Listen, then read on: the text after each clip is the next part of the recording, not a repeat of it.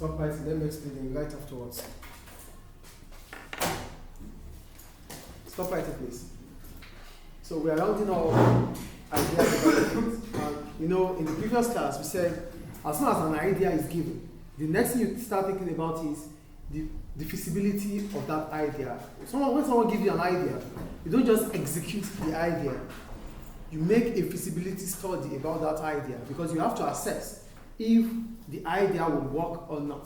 So that is the essence of finding or having feasibility study. What does feasibility mean? Feasibility means how viable, how practical is this idea? Is this idea going to be practicable? Is it going to be profitable or not? When someone gives you an idea, you don't just carry it on. You try to check the cost, the benefit of that idea before you execute that idea. So that is feasibility study. So the previous class we talked about market feasibility. For market feasibility, we're simply talking about the customers, our competitors, where we have the SWOT analysis, the strength of our business, the weakness of the business, the opportunities out there, and the threats out there about the project. That is about market feasibility. We talked about that in the previous class.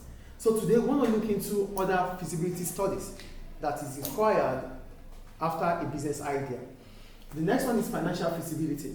For finance, we know what finance is: disbursement of funds from where we have it so much to where we don't have it at all. That is finance. And when it comes to financial feasibility, we want to know how much we're going to make when we start or when we execute the project. So let's read. Financial feasibility. It assesses if the business idea is financially sustainable and profitable. When we talk about financial sustainability, it simply means, do we have enough money to finish up with the project? Are we not going to stop halfway?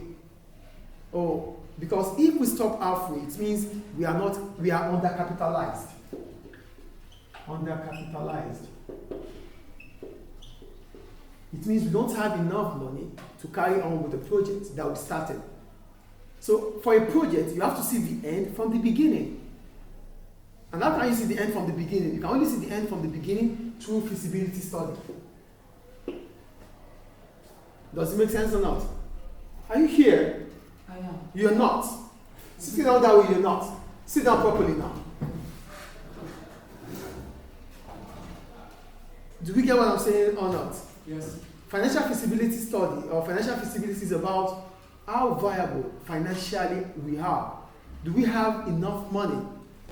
Can I just stop this already? Do we have enough funds to carry out the project or not? Are we not going to stop in the middle? You see a lot of projects that are not done. They stop halfway because they never did the financial feasibility.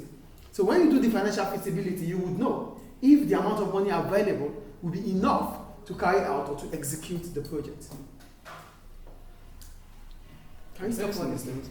Are you okay at all? Put this thing down and focus here or you get out of my classroom.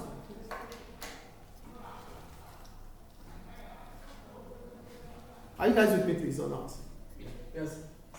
So that's financially sustainable. It means, do we have enough money to carry out the project or not?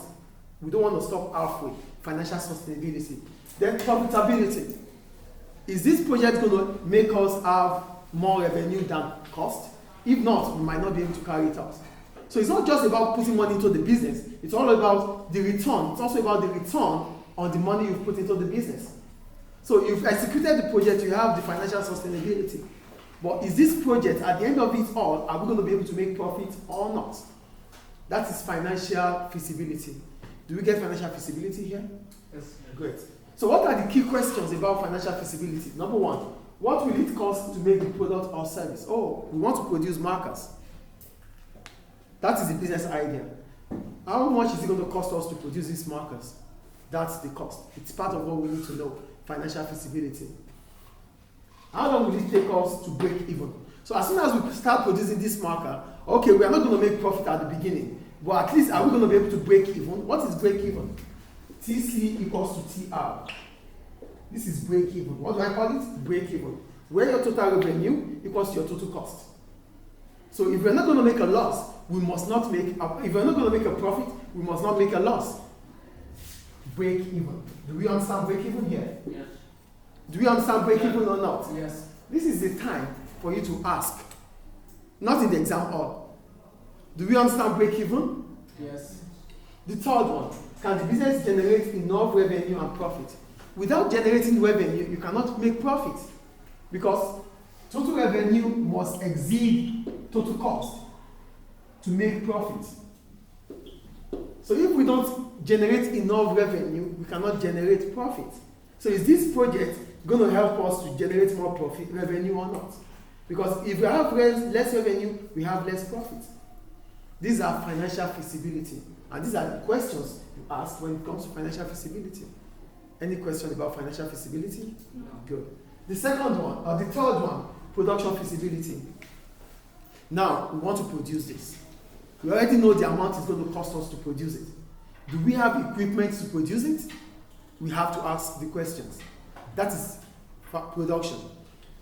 I wrote, it evaluates the business if the business can produce the product efficiently and affordably.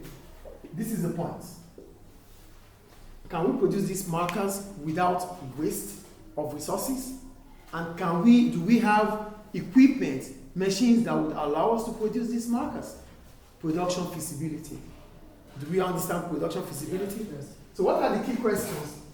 Does the business have the necessary equipment to make the product? We need equipment. Do we have it or not? Does it require health and safety rules or laws? Are we sure we're not going to put people in life into jeopardy in the course of producing this or not? Will the product be better produced through outsourcing? If we cannot produce markers, can we give it to a company that can produce it better than us? Outsource. We call it outsourcing.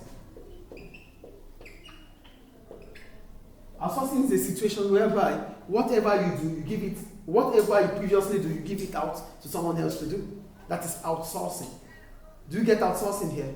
Sometimes we might not be efficient in producing something. Instead of us to stop it, we give it to someone or some businesses that can do it better. We call it outsourcing. Do we understand outsourcing here? Yes. Maybe we don't have the equipment, maybe we don't have the machines that will be more efficient. We give it to a company that has the best machine.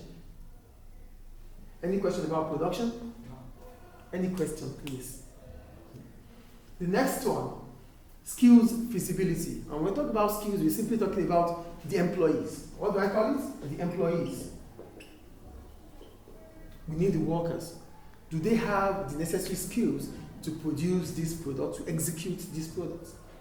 Skills feasibility. It examines whether the business has the required skills needed to execute the project, or is there any need for further training? Or if we don't have the skills, it's not fatal. It's not a problem. We can learn. We can get training, because training improves the skills we have. So if we don't have workers that can carry out the function, we can as well train them. Do we understand skill feasibility here? Yes. Do we have the people that can carry out the function or task? If we don't have, do we have to employ? If we cannot employ, do we have to train them so that they can carry it out? That is skill feasibility. Do we get skill feasibility? Yes. Great. So what are the key questions? Does the business have the necessary skills? Do we have the right people to carry out the job? Will additional training be required? Do we need to train them further to carry out the job? It's a question. Skill feasibility. Do we get it? Yes. Do we understand? Or not? Am I too fast? No. Then the next one is environmental feasibility. It studies the impact of whatever we want to produce to the society, to the environment. Is it harmful to the environment or not? Key questions. Will production impact the local environment? If we are producing this marker, will it have a negative impact in the society or not? Is a question. Is planning permission required? Do we need a government permission before we carry out this project or not? These are questions we need to ask before we execute the project. And that's why I said earlier, when an idea is being given, you don't just execute, you make a feasibility study. Do we get it? Yes. And okay, that's the last one. So we go to the importance of conducting feasibility study. Why do we have to make a feasibility study? The first one, assess the viability of the project, to know if the project should be executed or not. Oh, after going through the market feasibility, the financial feasibility, skills feasibility, production feasibility, do we still produce this product? Should this product fly or not? When I mean fly, does it mean, I meant, should we still carry on with this project or not? That's viability. So after going through the feasibility studies, you would conclude if to carry on with the project or not.